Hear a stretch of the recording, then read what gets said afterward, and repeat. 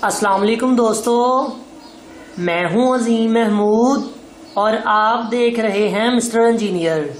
दोस्तों, आज की इस वीडियो में मैं आप लोगों को ये बताऊंगा कि इनवर्क्स के 3 kVA के VM2 इन्वर्टर की सेटिंग को किस तरह से किया जाता है।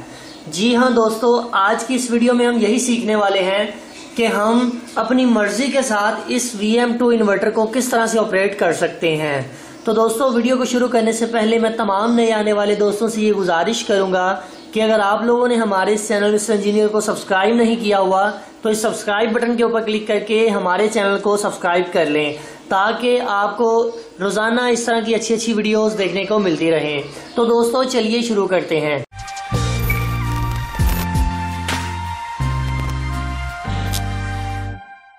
जी तो दोस्तों, हमारे पास ये जो इन्वर्टर है VM2 है। इसके ऊपर मैं पहले ही बहुत सारी वीडियोस बना चुका हूं। अगर आप नए हैं तो उन वीडियोस को जरूर देख लीजिएगा। आज की इस वीडियो में हम ये सीखेंगे कि हम अपनी मर्जी के साथ इसकी सेटिंग को कैसे कर सकते हैं।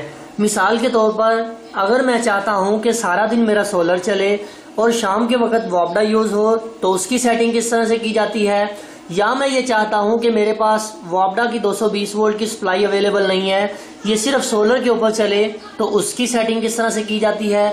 या फिर इस तरह से कह लें कि हमारे पास सोलर अवेलेबल नहीं है, सिर्फ वॉबडा की सेटिंग करनी है, तो वो किस तरह से की जाती है।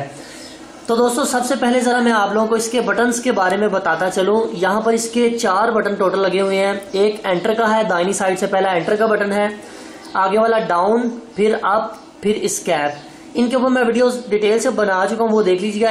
एंटर के बटन के साथ किसी भी सेटिंग के अंदर एंटर हुआ जाता है, डाउन बटन के साथ नीचे आया जाता है, अप बटन के साथ ऊपर जाया जाता है, और स्कैप बटन के साथ किसी भी सेटिंग से दोबारा मेन सेटिंग में आया जाता है। ये इन बटनों का काम है।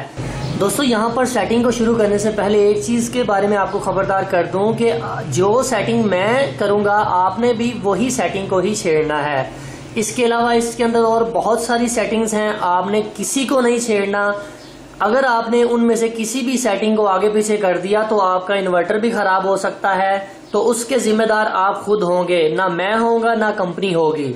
इस चीज को जरूर मद्देनजर रखिएगा, क्योंकि मुझे अपनी कौम का पता है कि जब भी इनके सामने कोई नई चीज आती है तो ये उंगले लेने से बाज नहीं आते। ये हर सेटिंग को चेक करते हैं कि इसको भी जरा मैं चेंज करके देख लूं, शायद इसमें कोई बड़ी चीज निकल आए। ऐसा कुछ भी नहीं होता, आपने सिर्फ गलती नहीं करनी। दोस्तों, जब भी आप नया इन्वर्टर लेकर आते हैं तो उसकी सेटिंग कुछ इस तरह से होती है कि आपकी वॉबडा और सोलर दोनों मिलकर आपकी बैटरी को चार्ज कर रहे होते हैं और वॉबडा से ही आगे लोड जा रहा होता है। जब लाइट जाती है तब आपकी जो है वो बैटरी भी यूज होती है, और सोलर अगर दिन का टाइम हो तो वो यूज होता है। अब आप में से बहुत सारे दोस्त मुझे ये कहते हैं कि यार इसकी कोई ऐसी सेटिंग बताएं कि हमारी जो वॉबडा है वो कम से कम इस्तेमाल हो। वॉबडा का मतलब 220 वोल्ट की पावर सप्लाई की बात कर रहा हूँ, और सोलर ज्यादा से ज्यादा इस्तेमाल हो। ये जो आपको डिफॉल्ट सेटिंग इसकी नजर आ रही है, इसमें सोलर और वॉबडा दोनों मिलकर बैटरी भी चार्ज करते हैं और आपके लोड को भी रन करते हैं। अब मुझे इसकी सेटिंग को चेंज करना है, तो सबसे पहले मैं इस एंटर के बटन को दबाकर रखूंगा थोड़ी देर के लिए। आप लोग यहाँ पर देख सकते हैं, जब मैं इस बटन को दबाकर रखता हूं तो यहाँ पर 00 इधर स्कैप आ जाता है। हमने इसकी सेटिंग में जाना है, तो मैं डाउन के बटन को प्रेस करूंगा। अब डाउन के बटन को प्रेस किया है तो यहाँ पर ये दिखा रहा है कि यूटिलिटी जो आपकी वॉबडा है वो ज्यादा इस्तेमाल हो रही है, वो वाली सेटिंग सिलेक्टेड है। अब मैं इसकी इस सेटिंग के अंदर चला जाऊंगा एंटर के बटन को प्रेस करके। अब यहाँ पर देखें, मुझे इसकी सेटिंग को चेंज करना है अप या डाउन के बटन के साथ। मैं डाउन के बटन को प्रेस करता हूँ, यहाँ पर लिखा हुआ है SBU। यहाँ पर 3 किस्म की सेटिंग होती है। एक तो वो वाली जिसके ऊपर ज्यादा वॉबडा यूज होती है, दूसरी वो वाली के जिसमें ज्यादा से ज्यादा करंट जो है वो सोलर से आती है। तो यहाँ पर आपने SBU को सिलेक्ट करके एंटर कर देना है। जब आप एंटर कर देंगे तो ये रुक जाएगा। अब आपने स्कैप के बटन को प्रेस कर देना है। आप लोग यहाँ पर देख सकते हैं कि यहाँ पर जो वॉबडा का साइन था 220 वोल्ट की पावर सप्लाई का, वो यहाँ से खत्म हो चुका है। अब इसका मतलब ये है कि सोलर से चार्जिंग होना शुरू हो चुकी है।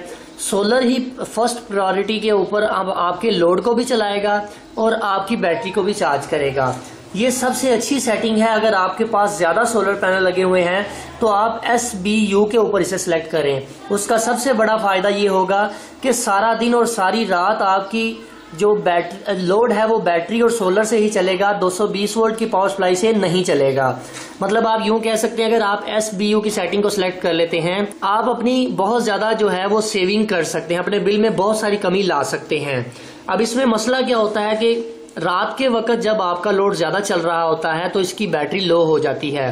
तो जब इसकी बैटरी लो होती है तब ये वोल्टा से करंट देना आगे शुरू कर देता है और आपकी बैटरी को भी चार्ज करना शुरू कर देता है। सो ये तो थी पहली सेटिंग। अगर आपके पास ज्यादा सोलर पैनल लगे हुए हैं तो आप SBU को सिलेक्ट करें ताकि आपकी ज्यादा से ज्यादा सेविंग हो सके। अब मेरे पास चूंकि इतने ज्यादा सोलर पैनल नहीं है, ना ही ज्यादा बैटरीज हैं, 2 बैटरीज हैं और 7-8 सोलर पैनल हैं। अब मुझे क्या मसला आता है कि रात के वक्त मेरी बैटरी लो हो जाती है। अब मैं दोबारा सेटिंग में जाता हूं, एंटर बटन को दबा कर रखता हूं, अब फिर से डाउन बटन को दबाता हूं, फिर एंटर करता हूं। यहां पर SBU हमने सिलेक्ट किया था, यहां पर मैंने सोलर को सिलेक्ट करना है। ये देखें SOL, जब मैं SOL को सिलेक्ट करके एंटर करता हूं, ठीक है ये एंटर हो चुका। मैं स्कैप के बटन को प्रेस करता हूं, ये देखें जैसे ही मैं उस सेटिंग को चेंज करता हूं तो ये मेरा लोड बाईपास हो गया है। ये वोल्टा की सप्लाई ऊपर से होती हुई सीधा लोड की तरफ भी जा रही है। ये सोलर जो है मेरी बैटरी को भी चार्ज कर रहा है। अब इसमें होता क्या है, ये जो SOL वाली सेटिंग है इसका सबसे बड़ा फायदा ये है, सपोज कर लें कि आपके ऊपर से जो वाट आ रहे हैं PV से वो 1000 वाट है और आपका लोड 500 वाट का है। अगर तो इस तरह से कॉम्बिनेशन चलता रहे तो ये सोलर से ही आपकी बैटरी को भी चार्ज करेगा और आपके 500 वाट के लोड को भी चलाएगा। अब सपोज कर लेते हैं कि आपका लोड 1000 वाट से ऊपर चला गया है और आपका सोलर ऊपर से सिर्फ 1000 वाट भेज रहा है। आपने जो आउटपुट के ऊपर 2000 वाट की कोई चीज चला दी है तो उस केस में ऐसा होगा कि सोलर से 1000 वाट ले लेगा और जो बाकी 1000 वाट है ये वोल्टा से लेकर आपके लोड को ड्राइव करेगा।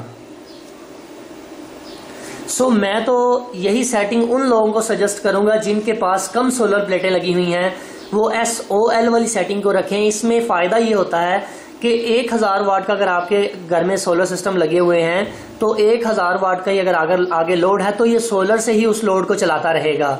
जब थोड़ा सा लोड बढ़ेगा तो ये बाकी वोल्टा से ले लेगा कि यार मुझे थोड़ा सा लोड दो, मेरा आगे लोड ज्यादा हो गया है, तो ये दोनों को मिक्स करके आगे आपको देगा।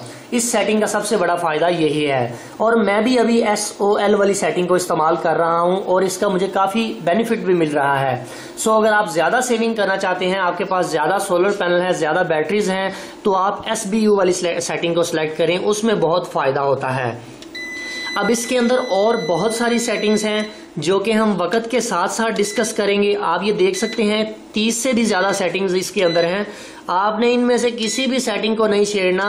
मैं इंशाल्लाह वक्त के साथ साथ आपको एक एक चीज के बारे में आगाह करूंगा कि ये क्या है और ये क्या है।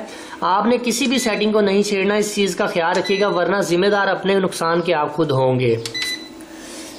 सो फाइनली दोस्तों आज की वीडियो यहीं तक थी। उम्मीद करते हैं जी आपको पसंद आई है। इस तरह की सेटिंग्स ना तो आपको कोई कारीगर बताएगा, ना ही आपको कोई दुकानदार बताएगा और ना ही इस तरह की आपको कोई YouTube के ऊपर वीडियो मिलेगी। सो आप दोस्तों से यही गुजारिश है कि हमारी हौसला अफजाई कर दिया करें, वीडियो को लाइक करके कमेंट सेक्शन में अपने ख्यालात का इजहार कर दिया करें ताकि हमारी हौसला अफजाई हो सके और हम इस तरह की अच्छी अच्छी वीडियोस आप तक शेयर कर सकें। सो दोस्तों इसी के साथ मुझे अपनी दुआओं में याद रखिएगा। अल्लाह हाफिज। पाकिस्तान जिंदाबाद।